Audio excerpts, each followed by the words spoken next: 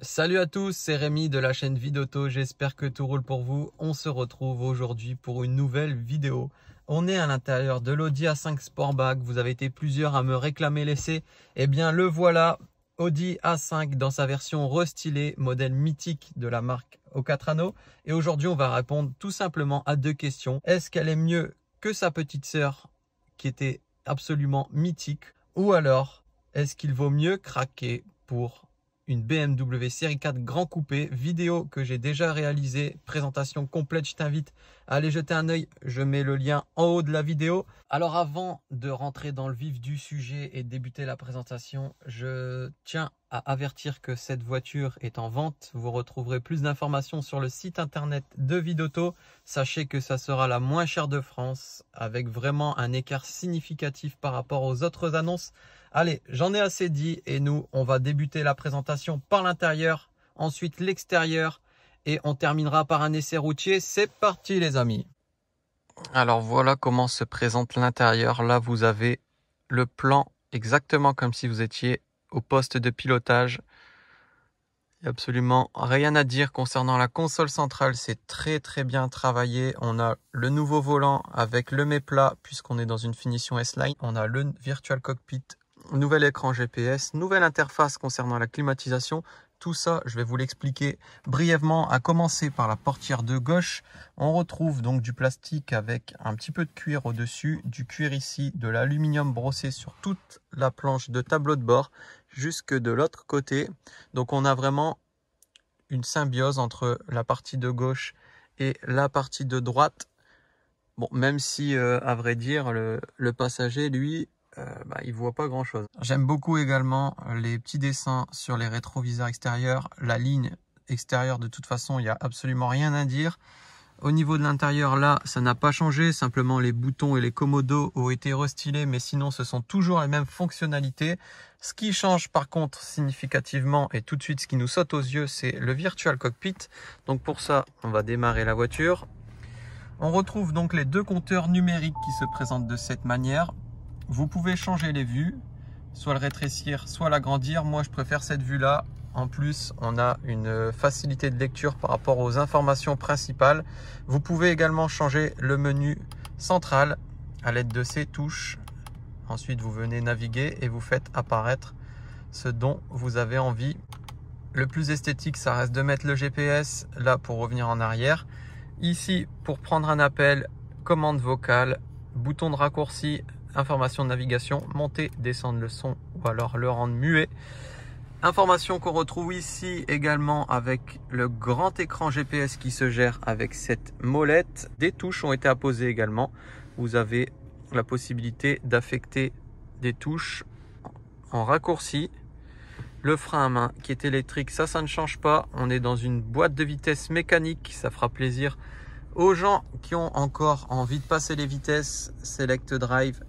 Donc pour modifier le profil de conduite de la voiture, les sièges chauffants, nouveau poste de clim. Donc là, il est très bien intégré au tableau de bord, tout comme les grilles d'aération. Vous voyez, elles sont super longues et ça, j'avais jamais vu ça encore, des grandes grilles d'aération comme ça.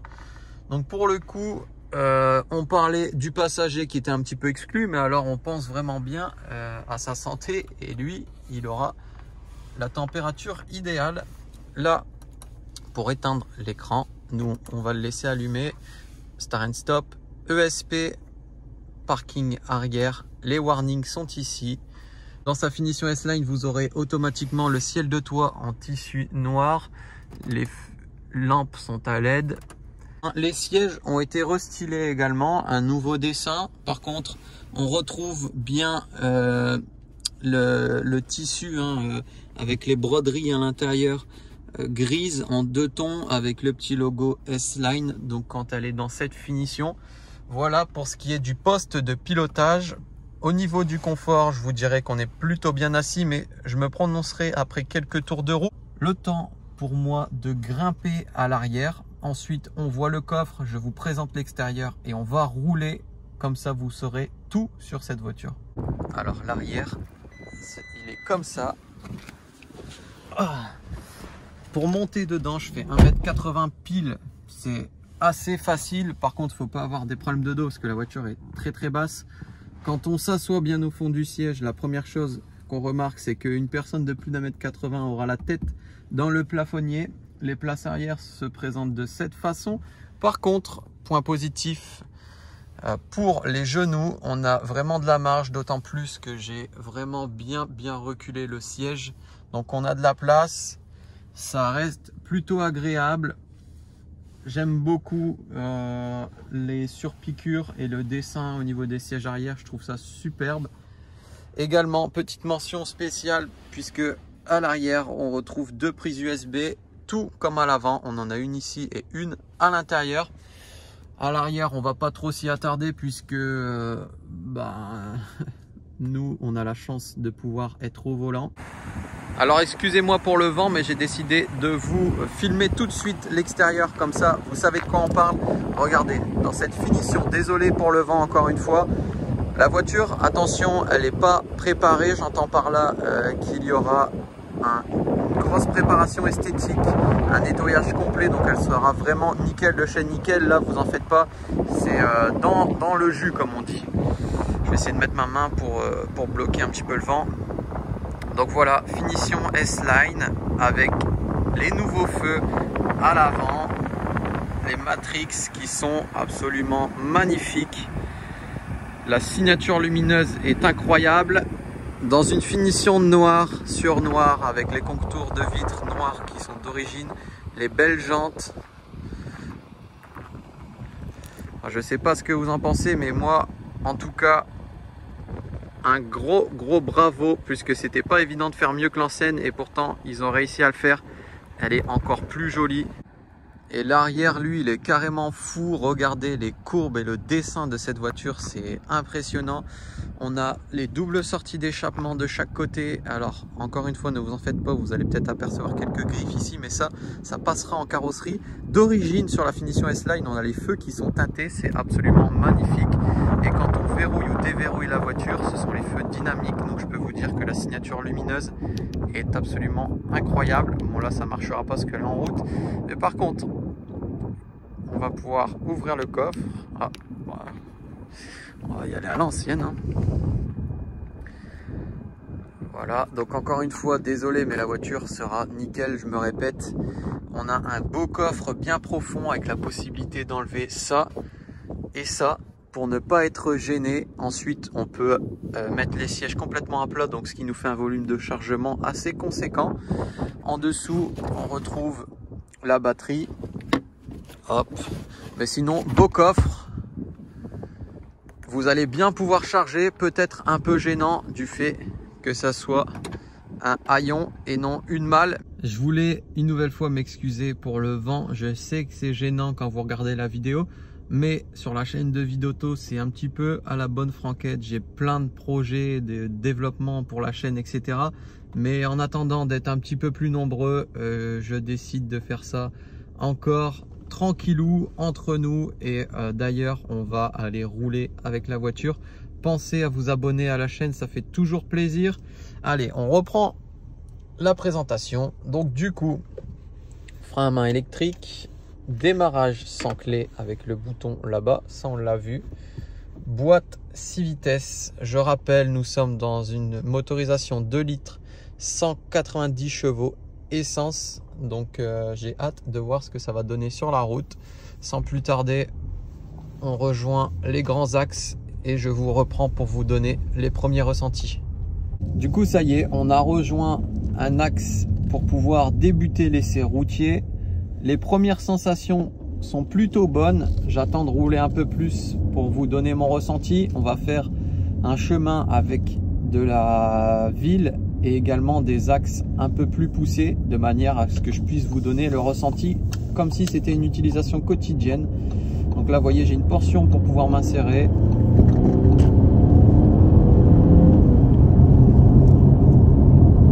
Troisième, 90. Franchement, au niveau du moteur, c'est très bien insonorisé, ce qui fait qu'on perd un peu en sensation de plaisir. Mais par contre, lui, le compteur fait le boulot.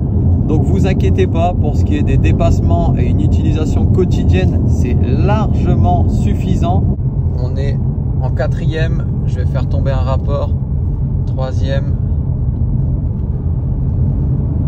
et à la de la reprise, le freinage est bon. Donc là-dessus, rien à dire, en même temps on s'y attendait. Le train avant se place super bien dans les courbes. Ah, je pensais qu'elle n'était pas joueuse, mais si, elle l'est. Franchement, je pense que c'est limite plus agréable en boîte mécanique, si vous avez envie de vous faire plaisir, qu'en boîte auto. Le 190 chevaux fait largement le travail, ne vous inquiétez pas là-dessus. On était en mode confort, on va essayer de passer en mode dynamique. Alors, au niveau du tableau de bord, il n'y a absolument rien qui change quand on passe en dynamique. Le moteur ne monte pas dans les tours. On a la direction qui semble plus ferme, mais c'est pas non plus hyper flagrant. Alors, je sens peut-être un petit peu plus de répondant à la pédale d'accélérateur, mais ça reste à confirmer.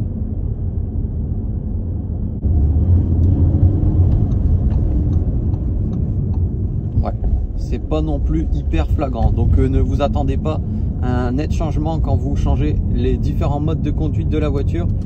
Autant rester en mode confort, la direction est souple. Le confort dans la voiture, à savoir que comme toutes les Audi A5 en version S-Line, le châssis est plus bas, donc du coup c'est un peu tape-cul, mais on a vraiment la sensation de sportivité. Et quand on est au volant de la voiture, avec le poste de pilotage que je vous ai montré, les bons sièges S-Line qui nous maintiennent bien, je vous avouerai que la tendance est vraiment bien réussie. C'est une vraie berline sportive. Ensuite, quand vous voulez rouler calmement, elle saura répondre à toutes vos attentes. Il n'y a absolument rien à dire. La boîte de vitesse est courte, super souple, méga réactive.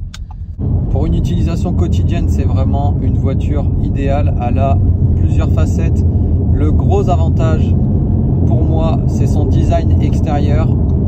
Également dans sa version S-Line, et du fait de son gabarit, la voiture, c'est un rail. Elle est littéralement clouée au sol et elle se met super bien dans les courbes. Après, c'est pas une voiture qui est typée pour avoir une conduite de boucher, comme on dit. Un point sur la consommation également, pour avoir roulé un petit peu avec, je peux vous dire que vous allez tourner aux alentours des 7 litres au 100 si vous êtes sur rocade. Par contre, en ville, vous risquez de grimper un petit peu plus. On va compter 8-9 litres. Après, encore une fois, c'est très variable selon la conduite que vous allez avoir. Donc, pour répondre aux deux questions du début de la vidéo, à savoir, est-ce qu'elle est mieux que l'ancienne? Ça, c'est un grand oui.